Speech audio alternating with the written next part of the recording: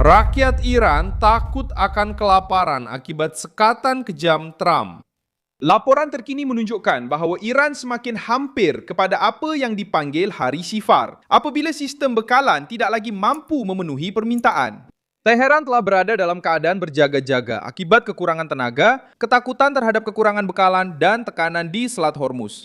Pada hari Kamis, 35 April 2026, rejim Iran cuba menunjukkan kekuatan, tetapi kelihatan terperangkap dalam krisisnya sendiri. Presiden Masoud Pezeshkian meminta rakyat Iran supaya mengurangkan penggunaan elektrik. Sementara pengawal revolusi Islam bercakap tentang penentangan dan cuba menolak idea bahawa Washington harus berundur, realiti di dalam Iran adalah lebih sukar.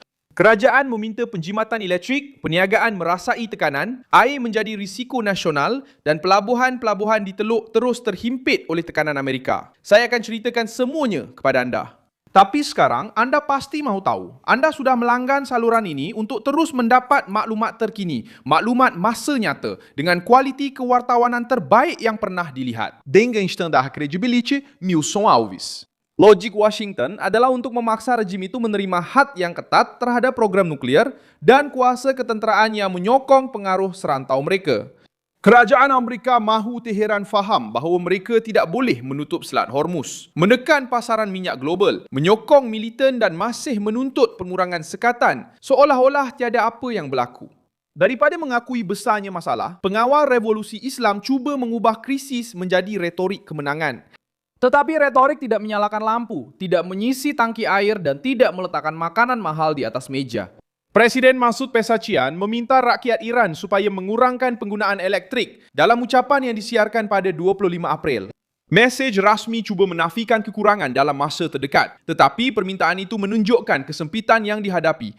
Apabila sebuah kerajaan terpaksa meminta rakyat menerima kurang cahaya di tengah-tengah perang, sekatan dan kepungan, masalah itu bukan lagi sekadar isu ketenteraan, tetapi menjadi isu domestik harian yang dirasai di dalam rumah. Krisis ini bukan bermula hari ini. Ia telah dibina selama bertahun-tahun akibat salah urus, kemarau, dan kebergantungan kepada struktur lama. Air telah menjadi salah satu isu yang paling berbahaya. Laporan terkini menunjukkan bahawa Iran semakin hampir kepada apa yang dipanggil Hari Sifar apabila sistem bekalan tidak lagi mampu memenuhi permintaan. Pezeshkian sudah memberi amaran bahawa penduduk Tehran mungkin terpaksa dipindahkan sekiranya krisis air bertambah buruk. Tanpa air, tenaga juga akan terjejas.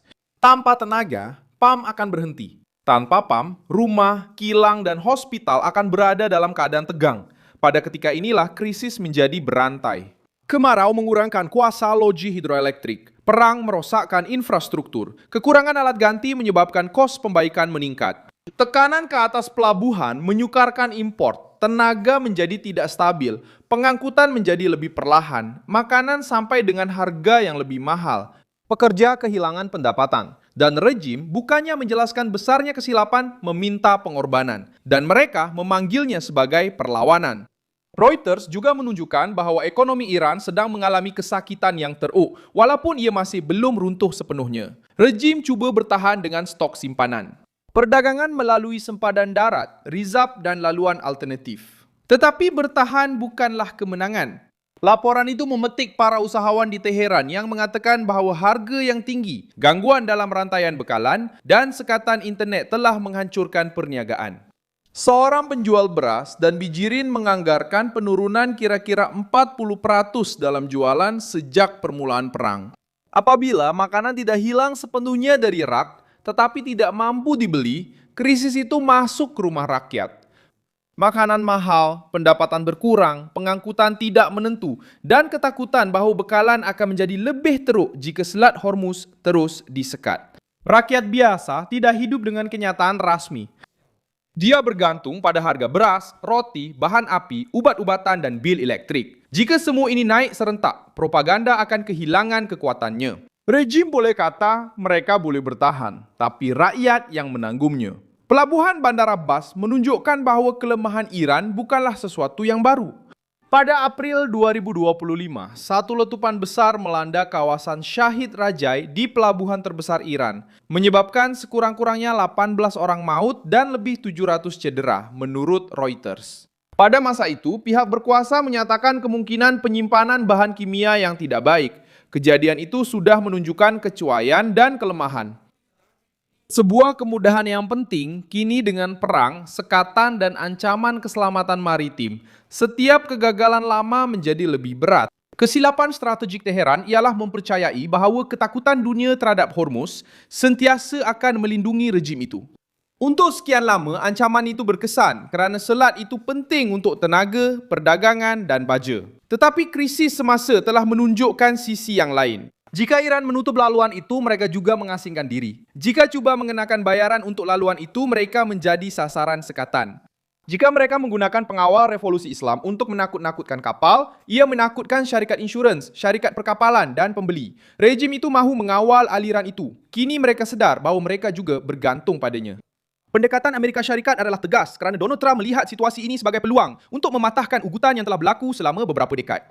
Sofan Center menunjukkan bahawa Washington percaya sekatan ke atas pelabuhan-pelabuhan Iran boleh memaksa mereka membuat konsesi berkaitan program nuklear.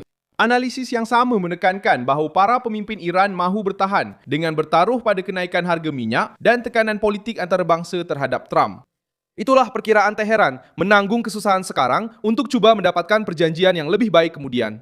Namun, perkiraan ini mengabaikan satu soalan mudah. Berapa lama rakyat boleh bertahan? Penawar revolusi Islam cuba menjawab dengan ancaman. Mereka mengatakan sekatan itu satu pelanggaran, bercakap tentang tindak balas, menegaskan bahawa mereka tidak akan tunduk dan cuba menunjukkan bahawa Amerika Syarikat juga sedang ditekan.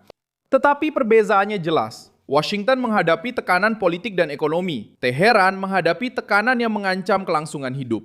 Di satu pihak, Trump menghadapi harga minyak dan kritikan.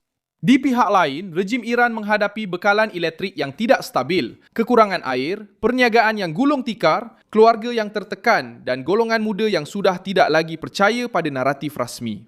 Rundingan di sekitar Islamabad telah menjadi simbol kebuntuan ini. Wakil-wakil Amerika terlibat dalam pusingan baharu perbincangan, namun kemajuan telah terhenti. Rejim Iran mahu membincangkan pelonggaran, laluan di Selat Hormuz dan jaminan. Washington mahukan had sebenar dalam isu nuklear dan had sebenar pada keupayaan Teheran untuk terus menggunakan rantau ini sebagai perisai. Perbincangan tidak bergerak kerana kedua-dua pihak tahu bahawa beralas sekarang ada harganya. Cuma bagi Iran, setiap hari kelewatan semakin membebani keadaan dalaman dan disitulah cakap tentang penyerahan jadi sangat tidak masuk akal.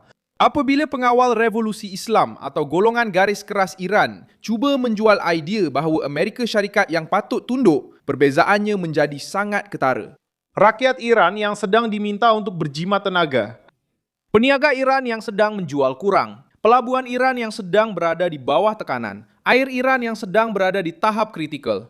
Industri Iran yang bergantung kepada alat ganti, tenaga dan pengangkutan yang sedang dalam krisis. Ini tidak bermakna rejim akan tumbang esok.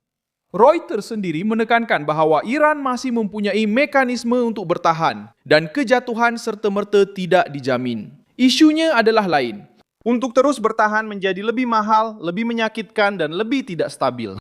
Rejim itu boleh bertahan melalui paksaan, simpanan dan perdagangan alternatif, tetapi setiap minggu dalam keadaan ini menambah tekanan. Penindasan boleh membungkam suara di jalanan untuk seketika. Ia tidak dapat menurunkan harga makanan dengan paksaan. Ia tidak dapat membuat hujan turun. Akhirnya, gambaran hari Kamis ini sangat kuat. Teheran meminta rakyat berjimat di rumah, sementara golongan garis kerasnya bercakap seolah-olah mereka boleh memaksa Washington untuk menyerah. Pengawal revolusi Islam mahu kelihatan tidak berbelas kasihan, tetapi Iran yang sebenar sudah letih. Trump mungkin akan terkejut dengan kedegilan rejim itu, namun tekanan sudah menunjukkan hasil. Dan apabila sebuah rejim terpaksa meminta pengorbanan daripada rakyat sambil berjanji untuk mempermalukan Amerika Syarikat, masalahnya bukan lagi soal kekuatan, ia menjadi soal keputusasaan. Sila tekan butang suka pada video ini, langgan saluran ini, dan pada akhir nanti, lihatlah ruangan komen supaya anda lebih terlibat dengan komuniti Milson Alves.